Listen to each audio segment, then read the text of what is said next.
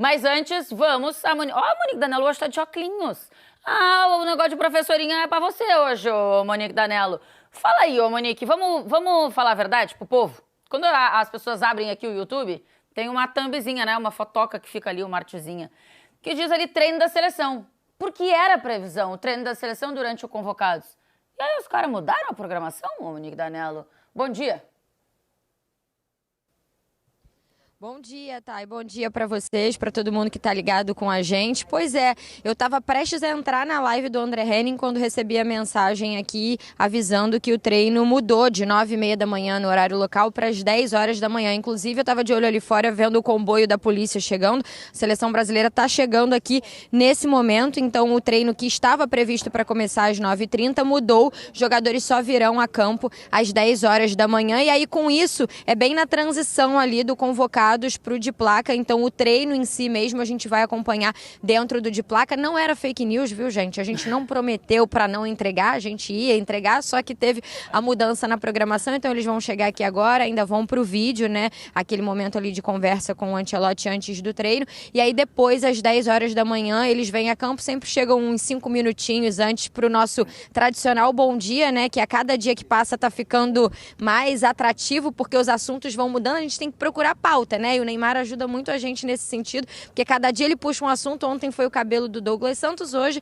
vamos ver qual será o tema do Bom Dia da Seleção Brasileira, mas fato é que o treino só começa às 10 da manhã, então a gente vai, obviamente, falar sobre a seleção aqui no Convocados, mas o treino em si a gente vai mostrar dentro do de placa. Nós já estamos do lado de dentro, estamos ao vivo aqui na beira do campo, a Carol vai mostrar, ó, bem pertinho do campo onde eles treinam, inclusive o Mino tá lá no fundo, né, já montando. Se Deus quiser, hoje o aquecimento vai ser aqui na frente das placas.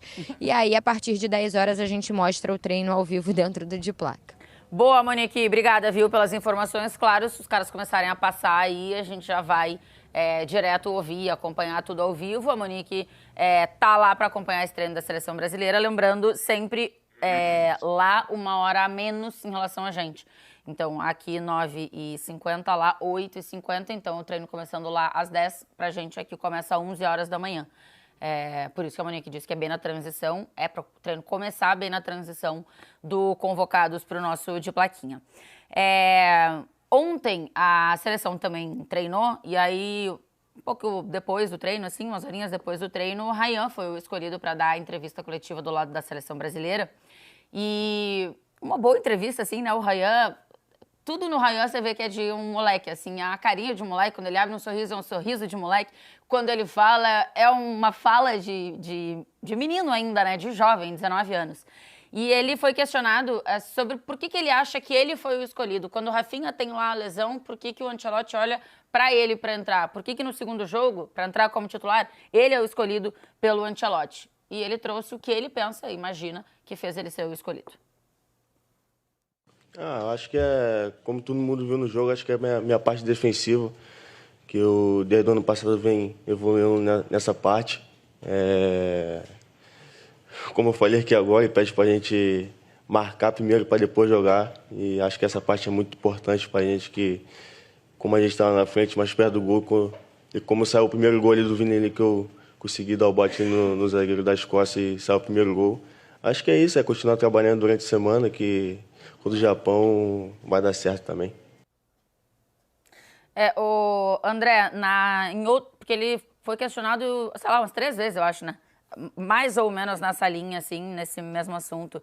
E em algum momento ele também cita o fato de estar na Premier League, né? Chegar na Premier League, já conseguir dar resposta e tal, da intensidade também da Premier League. Da importância do Iraola, que era técnico dele durante o tempo que ele esteve ali, né? Que foi meia temporada, basicamente. Você acha que passou por isso, de fato, a escolha do Ancelotti por ele conseguir fazer esse papel também defensivamente, que para a seleção é bastante importante? Eu acho que sim, eu acho que sim. E quando a gente fala defensivamente, não é só o ponta que vai recuar para poder marcar o avanço do lateral. É essa marcação-pressão aí também, na saída de bola, na recuperação de bola, que ele destacou. A gente sabe que o Ancelotti, ele, desde que ele assumiu, ele vem falando isso. Olha, se ganha a Copa do Mundo tomando poucos gols e A gente sabia que ele iria buscar esse equilíbrio, até por isso a gente achou meio estranho, né? Aquele 4-2-4 e que agora ele já reorganizou, né? Já recalibrou o sistema tático da seleção brasileira. Eu acho o Ryan uma escolha muito acertada. Tava até falando com a Monique na live o que vai acontecer com o Rafinha quando ele voltar. Esperamos que o Brasil esteja ainda na Copa do Mundo, né? Porque o Brasil precisa passar do Japão. Mas o Ryan, ele entrou muito bem ali. E ele é um garoto, como você disse, né? Que as frases estão ali feitas. Vamos trabalhar durante a semana.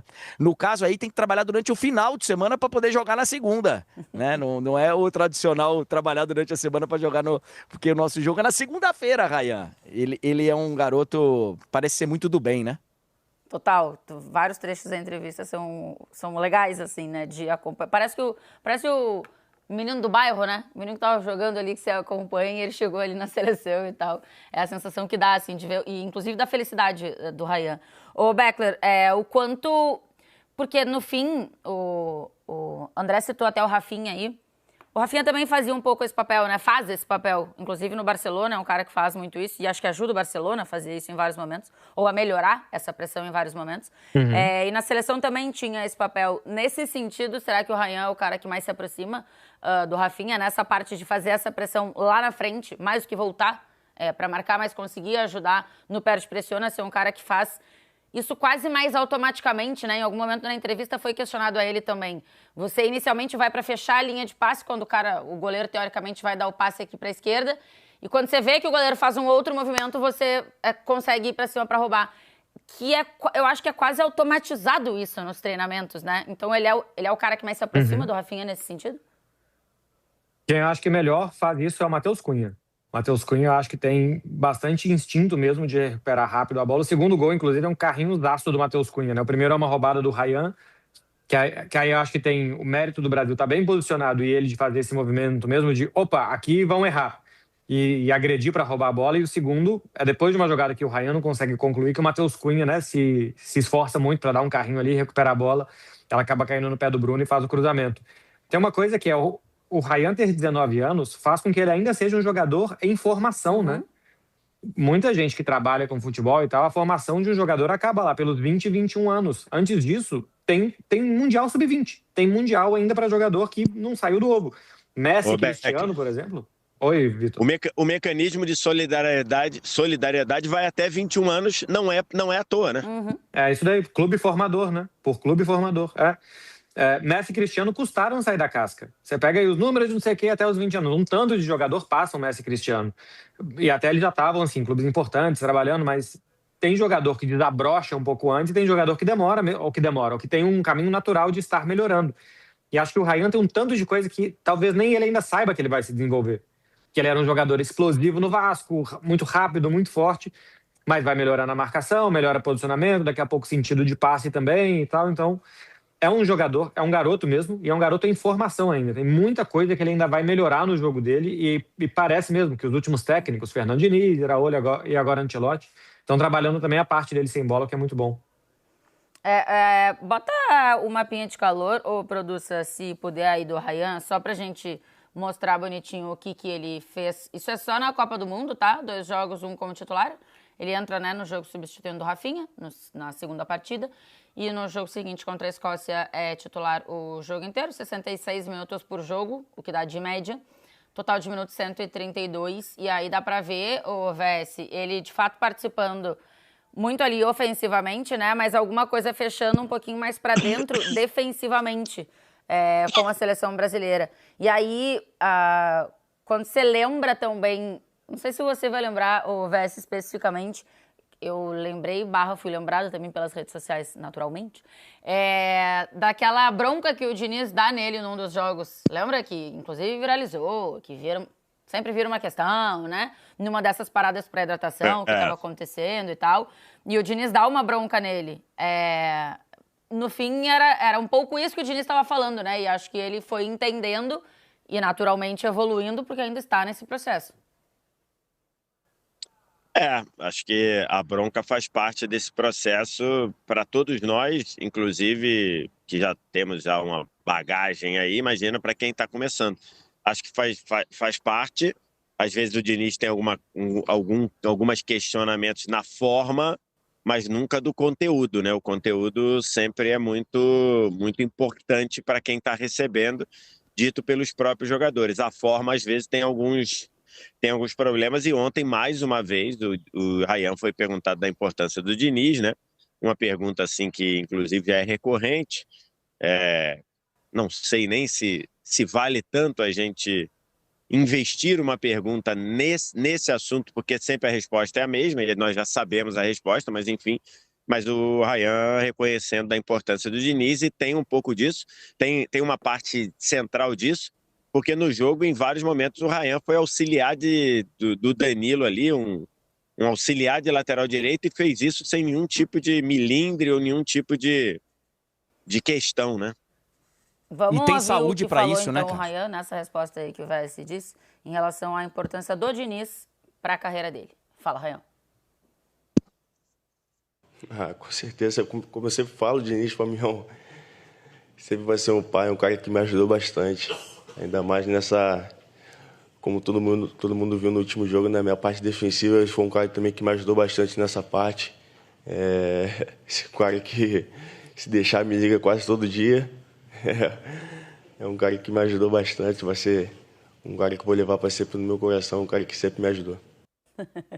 Imagina, o Diniz toda hora, faz isso, faz aquilo. Bem, mandou bem fazendo isso, tarará, mas tem que melhorar aquilo. É a cara do Diniz, né? Fazer um negócio desse. Vamos ouvir, aliás, um trecho do Diniz falando sobre o Rayan. Ainda lá quando eu tava no Vasco, tá? Fala, Diniz. O Rayan hoje eu acho que é um jogador que tem mais poder maior de decisão do Brasil. Se ele não for o que tem mais, ele está entre os caras que pode mais decidir um jogo. Como ele quase decidiu o jogo no primeiro tempo, no segundo tempo, por conta da juventude que ele tem, da qualidade, da poder de finalização, e ele vive um momento especial. E aí ontem, André, eu ouvi até um outro trecho de uma outra entrevista do Diniz, em que ele fala sobre sempre colocar o Rayan no jogo, né? Tem jogadores que vão buscar esse jogo, até porque são jogadores que, enfim, se movimentam mais ou têm mais liberdade no campo e tal, vão estar conectados no jogo o tempo inteiro. E tem outros que você tem que pensar em mecanismos para fazer esses caras participarem do jogo o tempo inteiro. E aí ele pontuou isso, assim, que era uma coisa que ele estava tentando fazer com o Rayan, entender com o Rayan, e fazer o Rayan entender que ele tinha que ser protagonista, que ele tinha que puxar esse protagonismo muitas vezes, no caso ainda era no Vasco, mas acho que tem um pouquinho disso chegando na seleção, né? Isso, com 19 anos, e chegando na seleção, alguém mandou até aqui no chat antes, que um dos grandes acertos do Ancelotti foi levar o Endrick e o Rayan para essa Copa. Claro que por serem provavelmente importantes nessa Copa, mas também por ganharem casca, né? São dois meninos, é legal também eles viverem isso e tal. E aí acho que o Rayan tá aprendendo do lado dos melhores e com os melhores, né? Me parece que não tem caminho melhor do que esse. E eu vi também essa declaração ontem, Tainá, e achei interessante porque parece ser da personalidade mesmo dele, né? Eu gosto muito do aspecto psicológico que cerca o esporte. Converso muito com várias pessoas do futebol sobre isso e conversei muito ao longo dos meus tempos de repórter, e lembro de conversas que eu tinha com o Filipão. Eu fui setorista do Palmeiras muitos anos e o Filipão era o técnico naquela época, e era um tempo que a gente fazia pré-temporada. A gente não, né? O clube fazia pré-temporada, então os repórteres ficavam uma semana, 10 dias lá em Serra Negra com a delegação, e a gente tinha muito tempo para conversar. E o Filipão me falava, cara, tem jogador que você precisa estar ali cutucando o cara, espetando o cara todo jogo para ele não dar uma, sabe? Tem jogador que você só olha, o cara já tá no jogo, já tá com foco, com a concentração que precisa. Tem jogador que você precisa chamar mais pro jogo, que você precisa provocar mais, que eu acho que é mais ou menos o Rayan, e aí eu até pergunto, tá aí, como é que faz isso? Olha, ele tem que estar ali, ele tem que fazer parte do jogo, ele tem que ser acionado, ele tem que...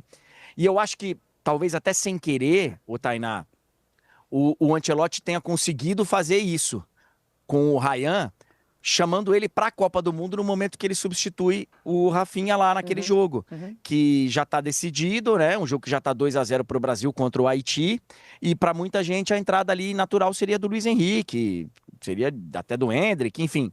E ele chama o Rayan. De repente, não sei se conscientemente ou não, mas naquele momento ele talvez tenha colocado o Ryan na Copa do Mundo, né? Chamando o Ryan, vai porque você faz parte desse grupo aqui, vambora. Porque pega o Ryan de susto também. Acho que o Ryan não estava esperando entrar ali. E vai o Ryan para o jogo, não tem um bom desempenho, um desempenho espetacular naquele jogo, mas é o momento que fala, Ryan, você tá na Copa. E aí pro jogo seguinte é uma outra história, e eu tô feliz de poder acompanhar e ver assim essa evolução, porque, como vocês disseram, ele está sendo formado. É legal, o aspecto psicológico eu acho bem interessante. Tem uma outra coisa que é o jogo do Brasil, e como o Vini está puxando muito o protagonismo, ele deve se concentrar mais do outro lado. Então o Ryan tem que estar muito preparado para essas tarefas defensivas, né? Ajudar o time, como ele disse quando o Ancelotti fala, primeiro marca, depois joga. Então primeiro para ajudar o time, e depois o lado direito deve ser muito usado, se a gente construir muitas jogadas pelo lado esquerdo e tal, para definir as jogadas. E o Ryan é um cara até melhor de definição do que de construção, né?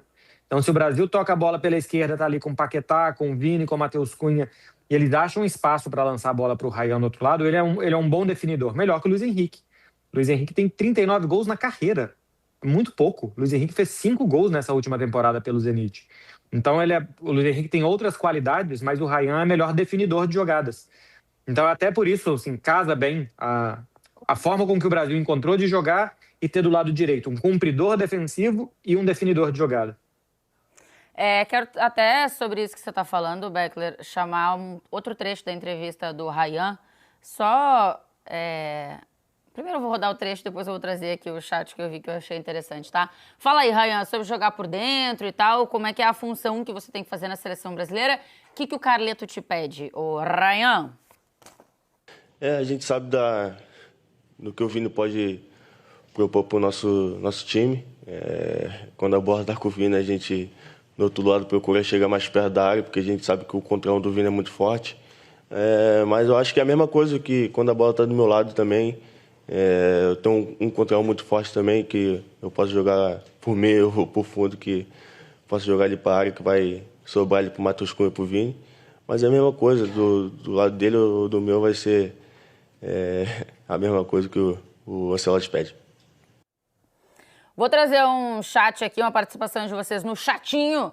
E já aproveito para pedir todo mundo dando like aqui. Tem quase 30 mil pessoas, passamos de 28 mil, 3 mil likes. Aí o Vitor Sérgio vai cantar pra vocês. Cadê, Vess? Vergonha. Vergonha, vergonha, chat sem vergonha. Roda Deixa a camisa. seu like aí, ajuda nós. Vergonha, chat sem vergonha. Roda a camisa aí.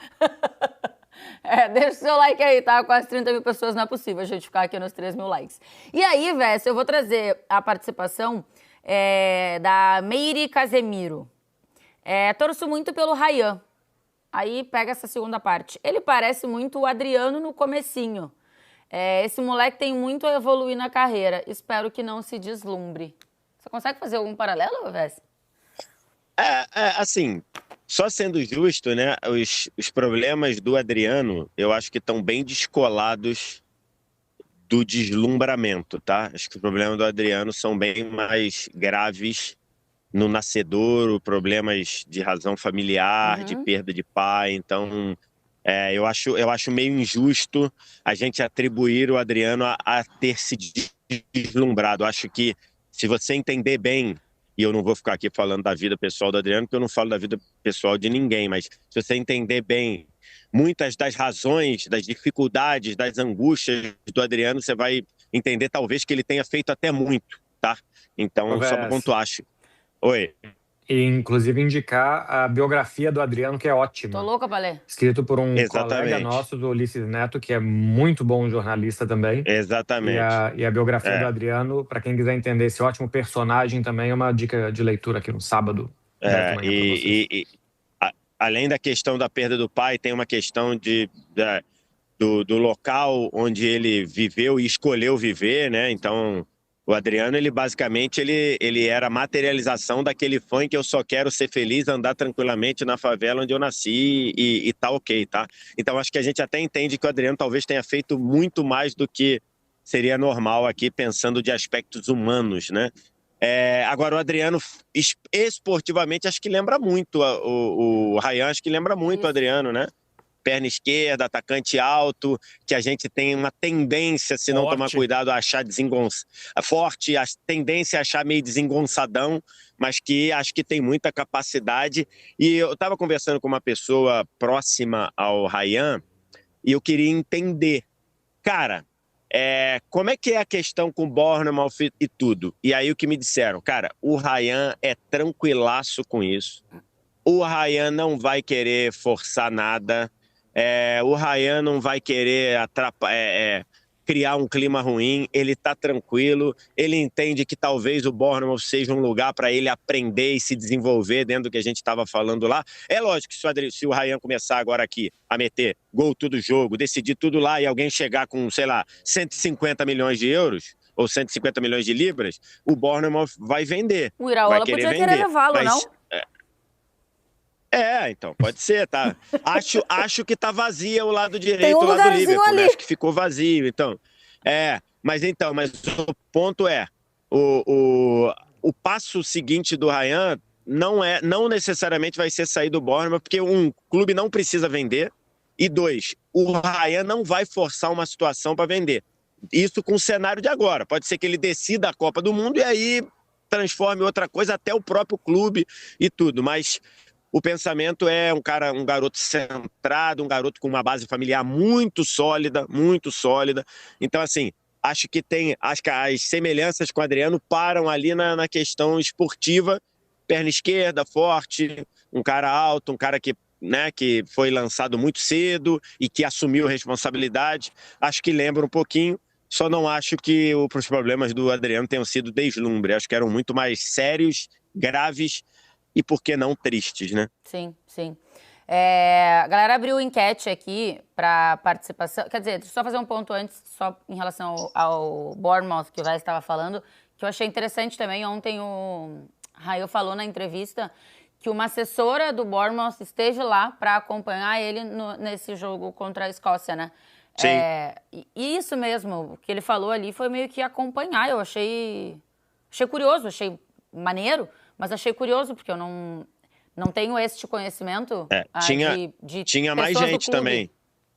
Como é? Se eu não me engano, vieram 3 pessoas do Bournemouth, aproveitando que tinham 2 também escoceses que jogam no clube, aí fizeram tudo, vieram, assistiram o jogo e já foram embora. Vieram basicamente para fazer esse acompanhamento. Achei legal isso, porque é isso, né? É um cuidado com o seu... muito, entre aspas, absolutamente, entre aspas, produto, tá? Entenda o que eu quero dizer aqui, porque no fim das contas o jogador é um pouco isso para os clubes. Ativo, né? Tem que ter um entendimento. E acho que no fim é isso, né? Claramente para o clube não é entendido só como produto, tanto que estavam ali pelo jogador, pelo pacote completo, que obviamente um jogador significa. Aí, eu vou trazer o Bickel aqui no nosso chatinho. Como toda Copa que ganhamos, tem aquela substituição ao longo do campeonato que acertou o time. A desse ano foi a entrada do Ryan no lugar do Rafinha. Deu o equilíbrio, pressiona, dobra a marcação. E a gente abriu uma enquete para a galera participar aqui, perguntando se o Ryan é o melhor nome para o lugar do Rafinha até o fim da Copa. Enfim, com certeza ele é completo, 88%, 12% foram para não. Prefiro o Luiz Henrique. Acho que a gente vai ter que entender também depois se quando o Rafinha vai voltar, né? A ideia é que ele já esteja à disposição para oitavas ou quem sabe quartas de final um pouco melhor. Mas isso o Brasil tem que ir passando, a gente vai ter que ir entendendo também como é que os jogos vão se desenrolando. Beckler, lá atrás, o pensamento otimista seria oitavas, o pensamento realista ou o pensamento mais conservador, como queiram, seria quartas de final para o Rafinha, né? Por isso que eu pensei isso. Ninguém falou textualmente, mas conversando com um aqui e outro ali, a gente ficou mais ou menos com esse entendimento. Otimista para o Rafinha jogar nas oitavas e mais próximo de algo realista jogar nas quartas. É isso. E aí, o Beckler, ele falou ali, o Ryan, num dos trechos que a gente separou da entrevista até, sobre o que você passou um pouquinho aí por cima, que era o fato de várias vezes a jogada acontecer pelo lado esquerdo com o Vini sobra um lugar, sobra um espacinho a mais, às vezes, do lado direito e acaba sendo um lugar mais de definição.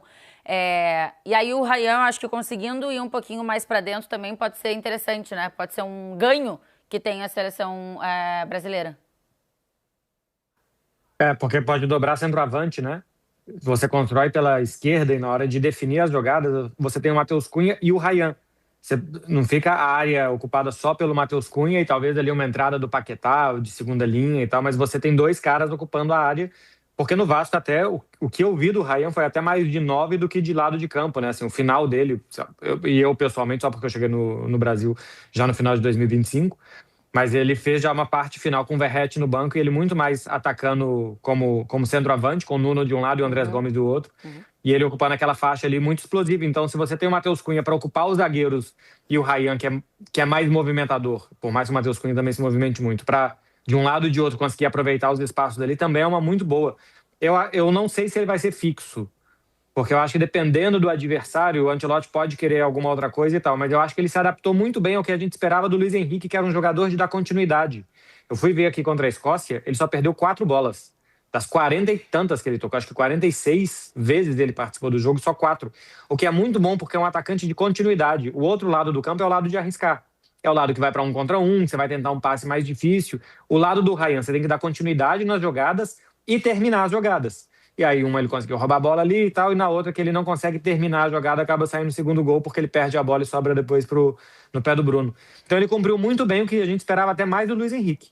Jogador de cumprir lado de campo, jogador de por ali vai defender bem, que vai conseguir abrir o campo. O Ryan fez isso e ainda pode fazer mais as coisas de Ryan, por assim dizer. E aí, André, acho que uma coisa que pegou ontem na entrevista, assim, o Ryan, a gente já ouviu ele, né? Tava no futebol brasileiro há pouco tempo, então a gente viu várias vezes entrevistas do Ryan e ele tem uma personalidade muito própria, assim. E aí eu vou dizer aqui algo que eu não concordo, tá? Que bom, não é que eu não concordo, enfim, eu não entendo. Eu faço isso várias vezes, eu não entendo. Que é o afastamento que existe entre seleção brasileira e torcida brasileira. E eu acho que tô com a sensação de que os moleques estão fazendo um pouquinho isso mudar. O Endrick foi um caso, né? Acho que tudo que o Endrick faz virou notícia. Agora a última é que o Endrick acho que bota um esparadrapo no lugar da aliança e não sei o quê. Tudo vira, assim, e traz ali uma admiração pelo que os caras fazem. E ontem, em algum lugar, pegou a galera, o Ryan ser muito sincero na entrevista. Porque quem você fala aí, Ryan, de estar com um jogador e tal, que te preocupa ali? Ih, rapaz, muito sincero. Claro que tem uma coisa de media training, de preparação e tal, que tem que acontecer. Mas, puta, é bom também, né? Ver um negocinho de uma sinceridade numa entrevista, não, careca? Traz uma aproximação quase, não traz, não? Eu acho que nós torcedores de futebol e tal, a gente vibra muito quando sai um jogador do nosso time e arrebenta, né? E eu acho que esses jogadores aí, eles meio que estão sendo adotados também pelas torcidas de outros times. Eu sei que tem muito de clubismo quando se fala mal do Vini, quando se fala mal de vários, tá? De vários. Mas eu acho que, no geral, tirando essa galera que é, né, xiita, que não pode elogiar o cara porque ele saiu de tal clube e não do próprio, eu acho que tem uma torcida por essa molecada, né? Pô, queremos ver esses moleques arrebentando, Estevão, Ryan, Endrick, e, enfim, vários outros. Então eu vejo disso sim. A parte dele não conhecer ninguém do Japão, é evidente que o Carleto vai dizer quem é quem, né? Claro. Até a hora do jogo, hoje, né? Não dá pra chegar lá, pô, não sei. Não vai ser assim. Mas é que ali teve né? Foi genuíno a reação dele no momento da pergunta. E tô curioso, Tainá, não vai ser hoje, mas estou curioso para o debate que virá na sequência, porque o Brasil vai passar do Japão, então a gente vai seguir tendo esse debate. Estou curioso para saber a opinião de vocês, 3, que eram daqueles que tinha que ter mais paciência com o Rafinha e não mexer, né? E não mudar para início do jogo e tal. E eu era a minoria, eu achava que tinha que mexer. E agora na volta, quando isso acontecer, Vamos insistir mais com o Rafinha ou não? Fica a interrogação para as próximas edições do Convocados.